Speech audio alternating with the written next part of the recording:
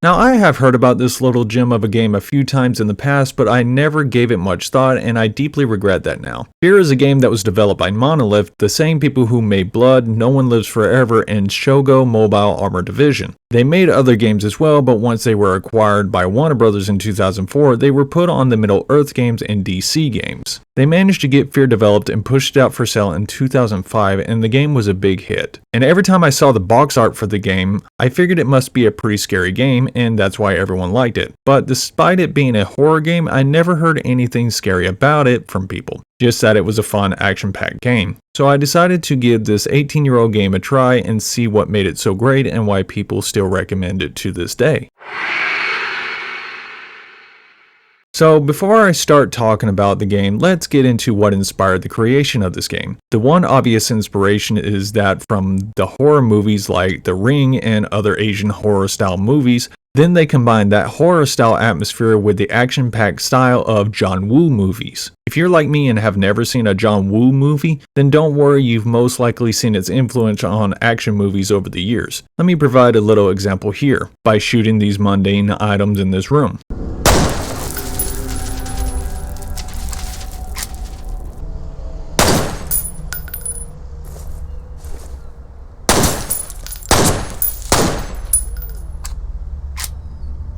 Noticed it? A simple pile of folders explode in a cloud of confetti. This small firearm is capable of removing a massive chunk of concrete from the floor, and dust is flying all over the place despite this room being pretty clean, and also running around with dual pistols.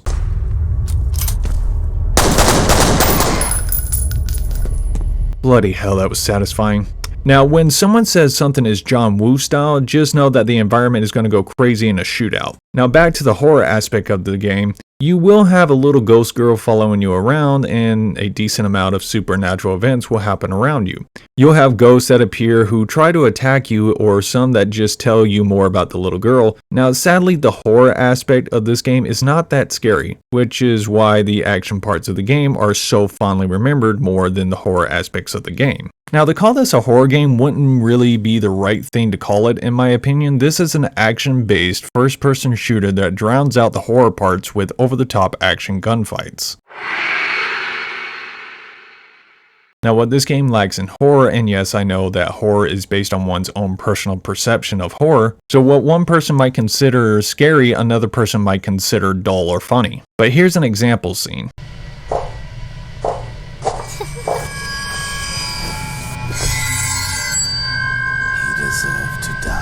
So I tried making this little girl a bit more scary for this part of the video by adding this to her model.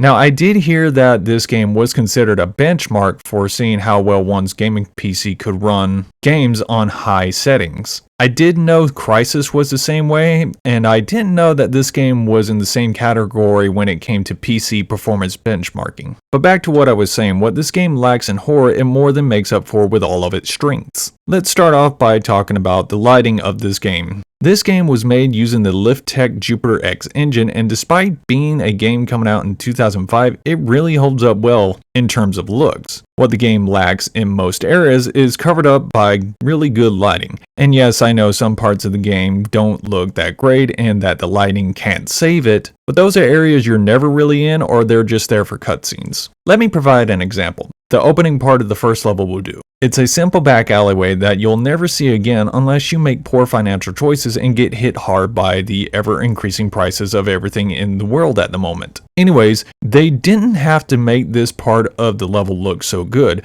You walk around and you notice that everything looks dark and doesn't come off as too bright. The only light you have is what little sunlight is left in the day, and what light is coming off the buildings from the building lights, and what light is coming off from the fire barrel. Then you get the light that comes off your firearm when you try it out on your ally's car windshield to see if it's actually bullet resistant, because you don't want him driving around in a car that doesn't have bullet resistant glass.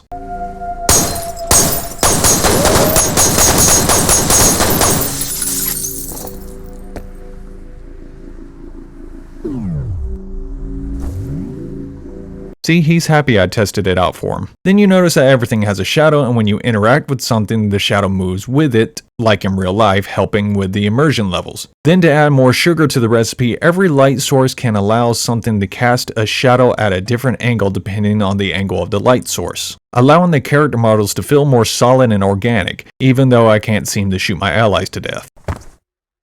What are you, chicken shit or something? Look, you're the FNG, so you do as I say.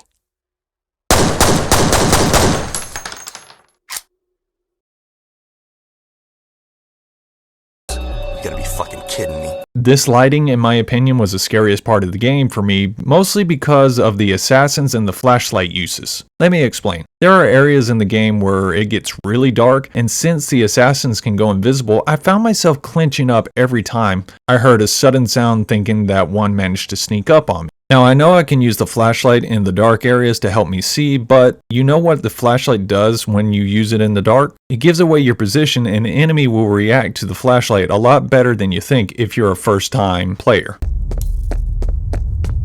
Flashlight. Recon. Roger.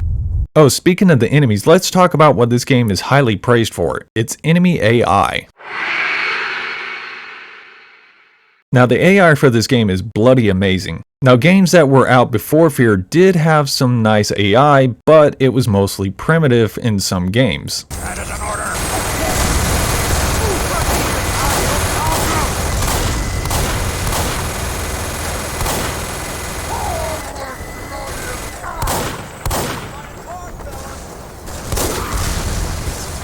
When developing F.E.A.R, they came up with something called GOAP, which is an acronym for Goal-Oriented Action Planning. Now just a heads up, my brain is as smooth as a marble ball, so don't expect me to give a perfect explanation of this advanced techno-magic of a game released in 2005, but here it goes. This type of AI gives each enemy their own individual goals to accomplish. You got the simple stuff like patrolling and standing guard in an area, but once they notice you, that is when the AI shows what it's capable of. The enemy does not just simply go running and gunning at you, it contemplates what it needs to do in the situation that it is in, and also contemplates how to use the environment around it to its advantage. It may run to cover first and then fire at you, it may hit fire while moving towards cover, or it may move to a table or other item near it in order to flip it over and make its own cover for incoming fire. If you hide behind cover, you think they are most likely going to go charging in guns blazing to get you out. No, they are going to start using grenades if they have them in order to drive you out of that spot. And if you use a grenade, they will run away from it. If you use landmines and they noticed it, they will not go near it, forcing you to be sneaky with it. Use it as a deterrent, or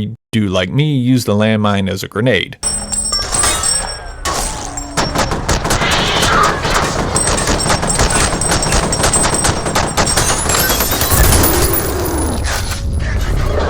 Not what it was intended for, but it gets the same results. And this next part about the AI confused the hell out of me. Despite there being multiple enemies, despite the enemy knowing when they have you outnumbered so they can advance towards you, despite them communicating with each other, they do not know that their allies exist. It is an illusion, and a pretty damn good one at that. But wait, if they are talking to each other, then they must know each other exist, which is what most of you are thinking. They don't. They just don't.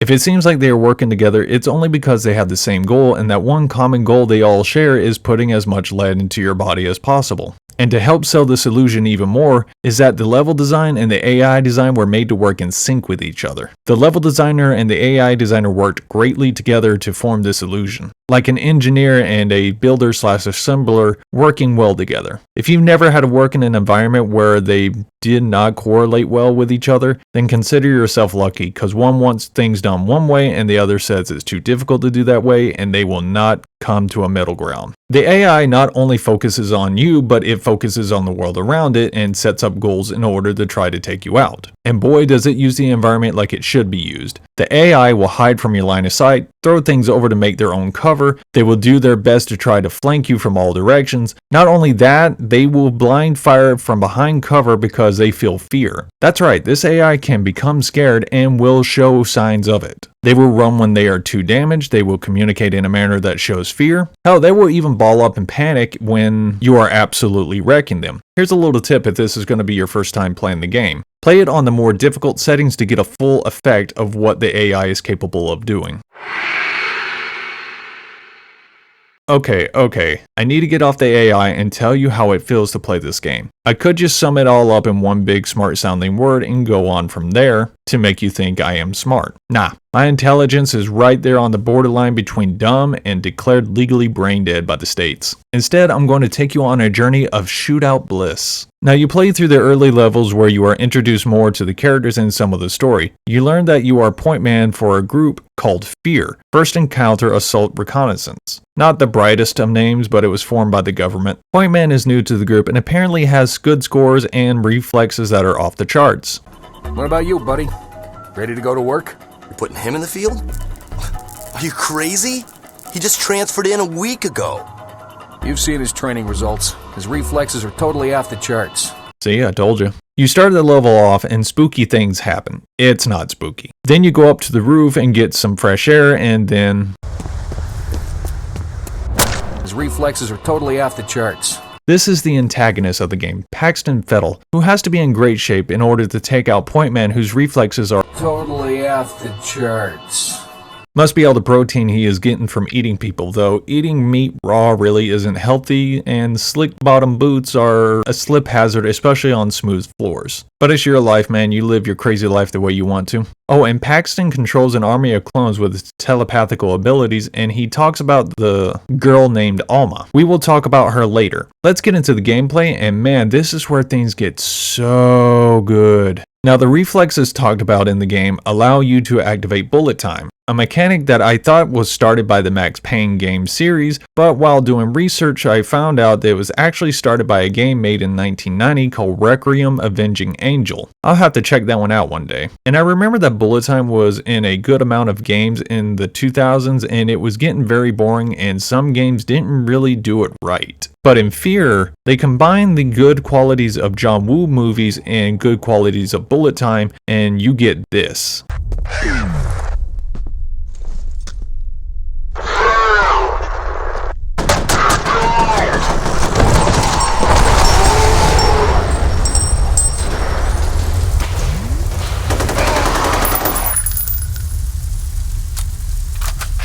I decided to cancel a date for this package of dopamine, and I do not regret it at all. This was the much better choice for my life. And this gameplay, along with the AI, makes for one bloody hell of a game that does not disappoint. What this game lacked in horror, it greatly made up for in enjoyable, addicting gameplay. You can melee the enemy with one hit if you are quick enough and sneaky enough. You get 2 weapon slots and a nice range of weapons, and I recommend that you experiment with them, because each one has its strengths and weaknesses. But Soaring Brett, I see 3 weapon slots, but you are saying that there are 2 slots. Oh, that's just another illusion that the game pulls off, and it is one that I love so much. This is what happens during gameplay. You'll be going through the level and then you see this shotgun. As soon as you pick it up, that 3rd weapon slot is permanently gone. This is the VK-12 combat shotgun, and it is now your best friend. Now you are thinking, oh, this is where he says this thing slaps, and to that thought of yours I say no. No, it doesn't. This thing does not slap, it backhands. A slap is a gentle touch, a lack of effort, a cry for attention, an action that when performed on me causes me to respond with your place or mine. A backhand means business, shows dominance, silences a room, and it lets everyone know that you are not joking around. When this thing is in your hands, you are the business and you've come to stomp out all the competition.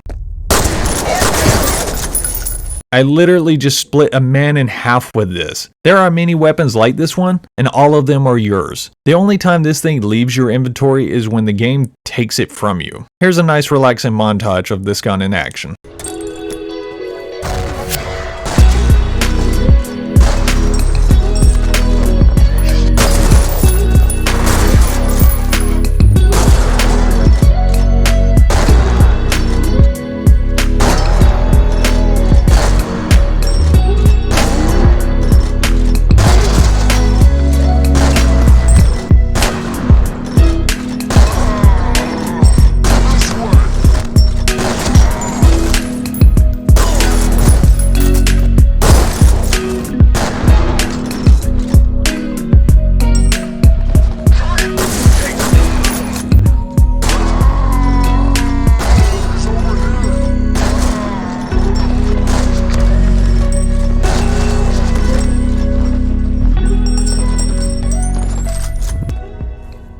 You get other weapons as well, and they all do good. SMGs, assault rifles, grenade launchers, rocket launchers, a spike gun that can break the laws of gravity sometimes. You also get a plasma rifle that's fun to use. That is because when you hit an organism with it, all of the meat is vaporized from it and all that is left is the skeleton. This thing is a treat of an item to use, and I appreciate that the developers went this far in allowing such a thing to be possible to do. I imagine this would be Point Man's fatality if he was ever at a Mortal Kombat game. Now we need to get into the story of this game that takes a few twists that I was not expecting. Let me lay out some characters here for you. You have Alma, Paxton, Harlan, Alice, and Point Man in the story. Now for those who don't know anything about this game, I'll give you a few seconds to figure out what they all have in common.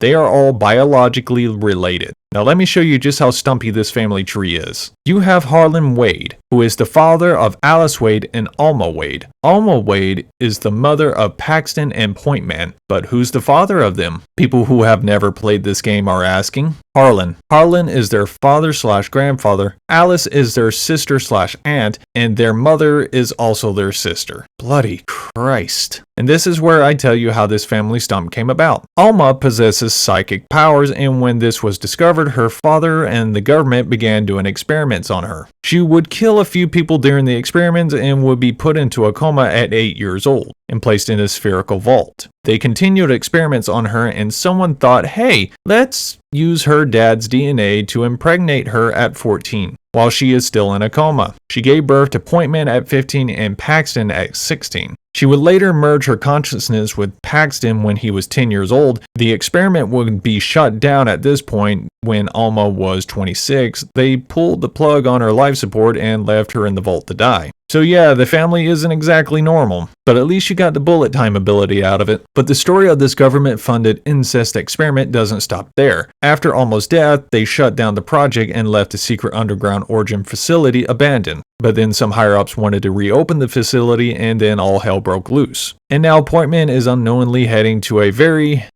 messed up dysfunctional family reunion. But what's wrong with Alice, you are wondering? Well, she doesn't like to fly and doesn't wear shoes for some reason. I think she was trying to seduce the clones when she was captured, but I guess they are not in defeat, so bad luck for her. Also, she had no idea she had a sister and had no idea about the experiments. As you explore the levels, you can find messages left on answering machines and info left on laptops scattered across buildings you go through. So if you're a stickler for story lore, then you'll have fun looking around for them.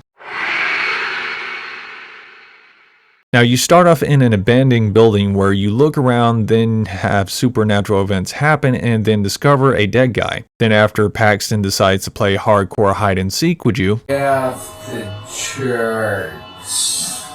You get a call to go to a water treatment plant near the harbor once you come around. You'll travel through the place, noticing that the place is filled with the clone soldiers who are more than happy to try to stop you from progressing. Luckily, that isn't a problem for you unless you forget how smart they can be, and I tended to do that on my first playthrough. These early levels are a good example of what to expect going forward, and you get the feel for what the level design is like. Doesn't matter where you go, there is always a way for you to flank the enemy and for the enemy to flank you. If a spot looks like it is a enclosed area, it's most likely not. These areas are more open than you think, so keep your eyes open for advantage points. You come across another person that Paxton managed to get his teeth on, and the person talks about Alma before passing away. Then after finishing up the water treatment facility, you are then taken to the armor camp building, and the welcoming party there is less than welcoming than you would like it to be. You make your way in, and this is where all the messages and computer intel starts becoming more efficient at explaining the lore. You'll meet the assassins here who do not understand the meaning of personal space, but you have a counter to their intrusive actions.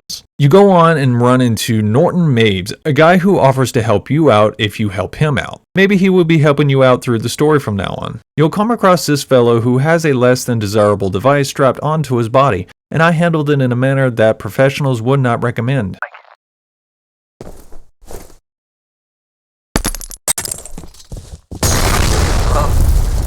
I don't know why he wants help, he seems pretty indestructible to me. We're taking fire. Get us the hell out of here. What's happening? Bishop's down. Repeat, Bishop's down. Okay, maybe not. Oh hey, it's Norton again. Looking to help me out again? We can get a lot done if we work together. The elevators are offline, and those soldiers are everywhere. You've got to find the security office and override the lockdown. Gotcha, I'll get that done and we can progress from here. Sayonara, sucker. I hope the elevator breaks because of your massive weight and sends you crashing to your death, you fat. You continue fighting through the levels and you run into something that brings you to a complete stop. Window blind. So yeah, for some reason these things are able to bring you to a complete stop. Good thing the enemy doesn't figure that out, or this would have been a short game. Also, this guy's leg is acting up.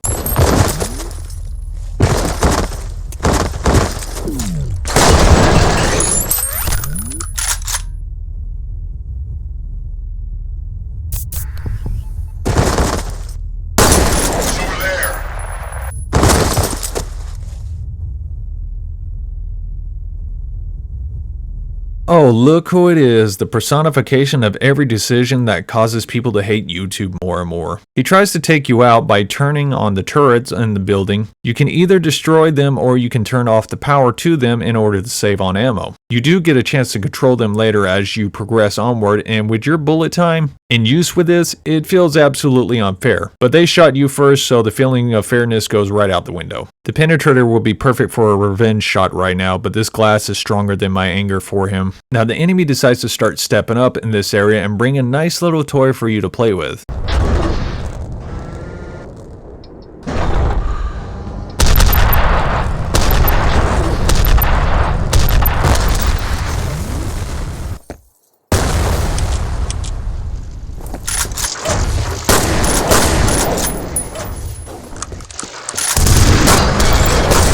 I feel like I just wasted a lot of taxpayer money destroying this thing, but it's not my money, so let's destroy some more. You'll find your sister/aunt in a room being held up by some clones. She travels with you to the roof and things go as well as you expect.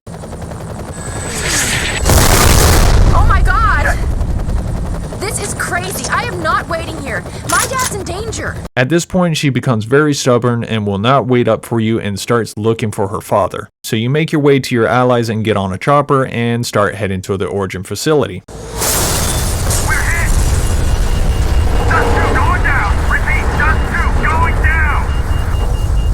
Hold on to something! You make your way through some old buildings to find out Alice got herself caught and then head into the origin facility, where you get to see something magical happen.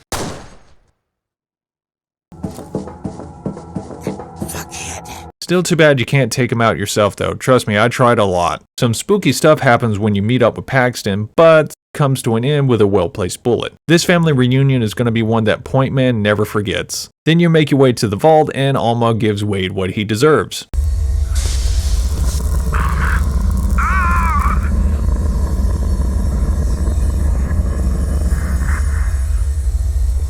And despite Point Man never doing her wrong, she tries to kill him. So she's that type of crazy mother. And in true evil government-funded evil lair tradition, the place has a self-destruct activation in it, and I can't help but feel that they may have went a little overboard with trying to cover up this secret.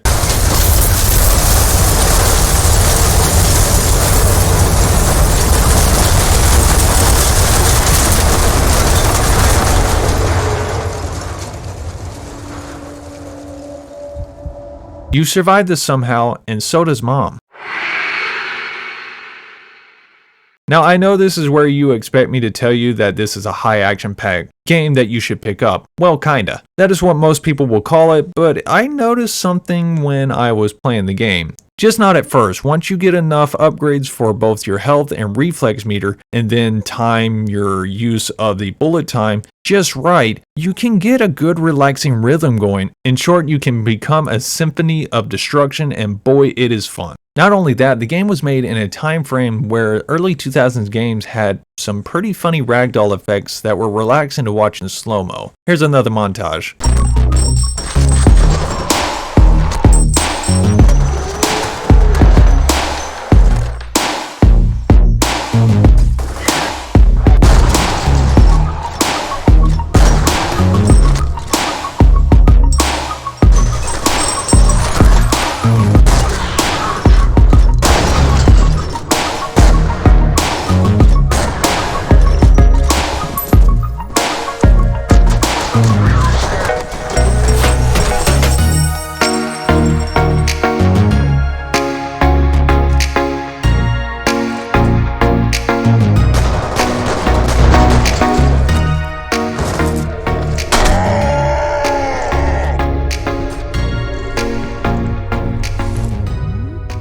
Now, I got the game off Steam when it was on sale, but I had to get it in the bundle pack, because for some reason the only way to get F.E.A.R 1 is in the bundle. That's a pretty good way of twisting the arm of people who are wanting to play the original game. So just know if you want this off Steam, it's a bundle deal. Despite that, I would just wait for the price to go down and get it then, cause this game was worth it in my opinion. And that's all I have to say about this game. So go get your family tree inspected in case of family secrets, and have a good day.